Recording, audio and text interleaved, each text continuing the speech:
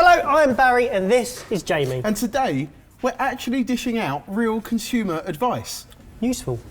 Or not. James and I have put together a selection of basic kitchen equipment that we think are useful in the home. But you probably know by now, we're chefs, which means we don't think like normal people. So we've gathered a variety of stuff, in each case a cheap option and a more expensive option. And James is going to get the normals to test both and see if spending the extra money is worth it. It's really odd doing this without being nervous about what's underneath there. Or You should be nervous. They're graters. They are graters. Well done, mate. First up is the grater, and we've got two options here, a box grater and a microplane. Now in the kitchen, we grate quite a lot of stuff. We might be grating potatoes or carrots or cheese on the coarse grater. But then in the fine grate, we'll use things like citrus and chocolate and nutmeg and ginger and garlic. So both are useful. This is a really interesting place to start. I think these things are ugly. They take lots of space. I've got this one at home. Saying I've got one at home, I just think I stole it from Sorted. You left it in my house when we filmed that video. That's still stealing. Please return that. The box grater is priced at $5.99 and has 4 different sides, each with a different grater. I hate this little grater. It does work, but it's so small. Look at how much, ow. Look at how much, ow. Look at how much gets stuck in the little bits. No, that's my cheese. I paid for that cheese. Oh, slices. Has anyone ever used one of these box graters on that level? It feels like good value if you are going to use a coarse grater, which I think a lot of people do, I just don't. The microplane is nearly £20 and that has one measurement, coarse or fine. If you want both, you need to buy 2. In terms of usability, I could grate this one up here, over here, down here. I could grate upside down if I wanted to. Flexibility-wise, it works. It's got a lovely, comfortable handle. If I was in the shop, I would go straight for this, even at a higher price, because it feels better quality. It would, I reckon, last longer. I think it'll wash better in a washing machine, which is important for me because I'm very lazy. For me, once you've overcome the cumbersomeness of the box grater, it's actually pretty good for coarse grating. However, I would prefer a microplane every day. It's sharper, it's more ergonomically designed, it's easier to store, there's less wastage involved, and it lasts longer. You can still slice. This is a good one. Yeah? Yeah. Tea towels. Yay! Tea towels. Yes, tea towel, not exactly exciting, but crucial. Every kitchen needs one, and there's a huge price range. Today, we've got 2 types. One is a professional catering tea towel, £2.30, and the other is a highly designed off-white waffle thing. You get a pair for 27 quid. These feel lovely, and it feels like I'd have a pair for show and not use. The label is leather and it's like stitched into it. I already hate it. You hate it? Do you know what? How can you hate it? Because this is a Barry tea It's towel. quite judgmental. Oh, don't make me wash up. No, you wash them up first and then you dry them. There you go. I'm on the edge of my seat. How about you, Mike? This is already a boring subject matter, being made to look even more boring. In my opinion, tea towel is all about function. So the professional catering one is my choice every time. It doesn't start off as aesthetically pleasing, but it lasts a lot longer. You can wash it at higher temperatures, it doesn't change, it is more absorbent and a hell of a lot cheaper. They're both doing the exact same job. It doesn't really matter the washing up, but they both do the same job. It's when you stick them in the dishwasher, how they come back in. Do those colours merge? You mean the washing machine? Why would you need a tea towel that does anything else other than dry? I mean, I don't think those look that bad.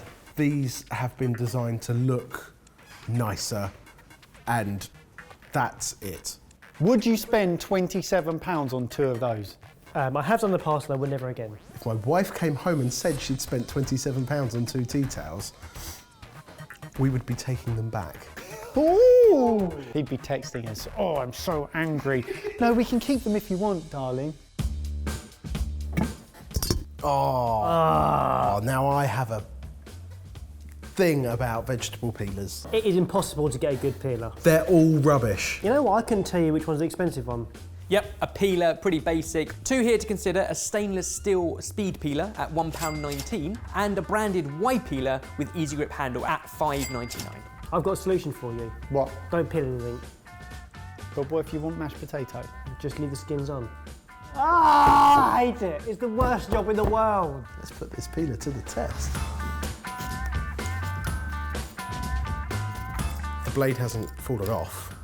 It's quite uncomfortable to hold. Like, I can imagine I get blisters quite easily. And after doing a fair few of these, sensitive I can hands, imagine have you? having very, very sore hands. What if we just put Jamie in this video? Obviously a whole bunch of different vegetables that you could peel, or if you haven't got a box grater, you could always do Parmesan shavings with one.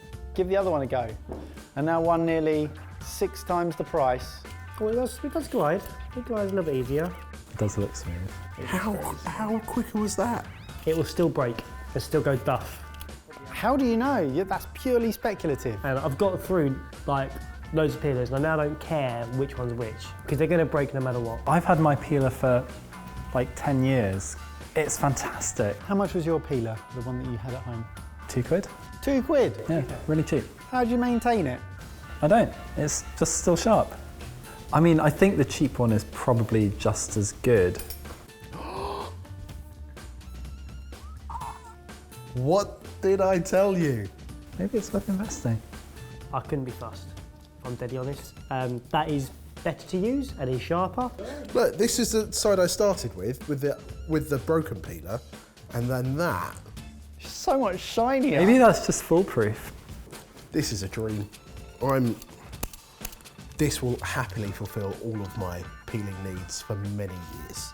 Worth the £6. 6 is that old? I would pay 10 quid for that. Because I've been hurt before by peelers. Well, what could be under here? Ah! Oh, I can see what it is already. Firstly, love the colours. I think colours on knives are an instant giveaway that they're cheap. Coloured knives are the worst thing. Let's talk chef's knives. Now, this is something that's going to be your best friend in the kitchen, and I reckon if you get a good one, you should be able to do 90% of all of your knife work with it. We've gone all out, 3 options here. A 5-piece coloured stainless steel knife set, £11.90 for all 5. This one is a Mercer 8-inch stainless steel forged chef's knife, 32 quid. And the top end is a 6-inch Wusthof Classic chef's knife, £90. I think it's worth spending a little bit of money. You don't have to spend a lot of money, but it's worth spending a little bit of money on a knife. Even just by picking these 2 knives up, I know these are the opposite ends of the spectrum. That is so nicely weighted. Like the handle versus the blade gives you a really nice balance. This is all blade. Oh, nicer. That feels nice. That's right, isn't it? It's got, that handle's really grippy. Chef's knives is something you've got to be comfortable with. Now for me, 6 inches is fine, maybe as much as 8. I have got a 10-inch in the cupboard, I barely use it, it's just too big.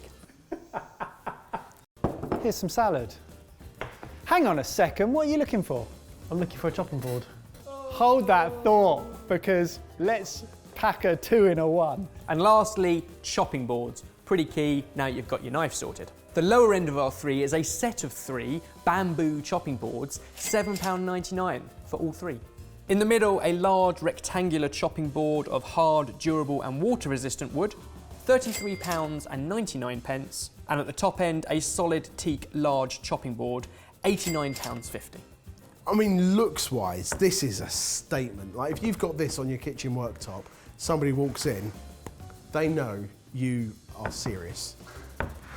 And then you go and put that on it, and they go, oh no! I'm not putting much pressure on there.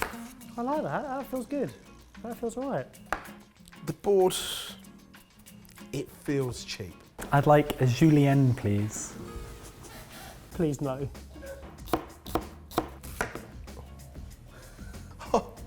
Oh, that is a world apart. I can't explain to you. I'm not even leaning. That is such a nice cutting experience. You like that? I do. I've got shocking julienne skills, and I don't think that's half bad. The most expensive one felt easy to use. It was a lot more satisfying. You could cut your whole finger off and not even realise it. It's that smooth. You can get an amazing knife for 30 quid. I want to be controversial for a second, and I want to say that having chopped that other half an onion, my favourite knife so far is the middle knife. That is so easy to cut with. Surely a chopping board is a chopping board, is it not? It's about size. Like, it's nice to cut on a chopping board where you have a lot of space. When picking a board, I always go for the biggest and heaviest one that A, I can afford, and B, won't look too silly in my kitchen. The reason being, it gives you plenty of space to work, doesn't slip around too much, and some would argue that makes it more difficult to clean if you can't fit it into the sink, and that's why I prefer one without the little gully or drainage around the outside. Because it's heavier, that stays on the table more, it doesn't move around. You're spreading out a lot more. Yeah, if the room's there, I'll use it. But you need a big kitchen if you're going to have this. I'm the kind of person who chops or dices an onion and some garlic and whatever, and then picks the board up and puts into the pan. Too big. I can only do that with that one. I couldn't do that with this one, even though I have massive guns. Would you buy it? I would buy that. And the knife? I would buy the middle one. But what I would say is that you would buy it and never think about having to replace it again in the next few years. I get the mid-range knife myself, and I buy a nice board. When you use something as often as a knife or a chopping board, it's worth spending decent money and getting something that's decent, but you don't have to go extreme. Comment down below if you want to hear our chefs give some more advice for you guys. If you haven't already, make sure you're subscribed, make sure you've clicked the bell to get notified, and we will see you every Wednesday, every Sunday at 4 p.m. Let's go be useful somewhere else. No, stop it, I don't like Let's do DIY. As we mentioned, Sorted is just run by a group of friends, so if you like what we're doing, then there are loads of ways that you can support us and get more involved. Everything you need to know is linked below. Thanks, and see you in a few days. I mean, I do have a bit of a soft spot for the whole leather I like a leather thing. Oh, that's nice.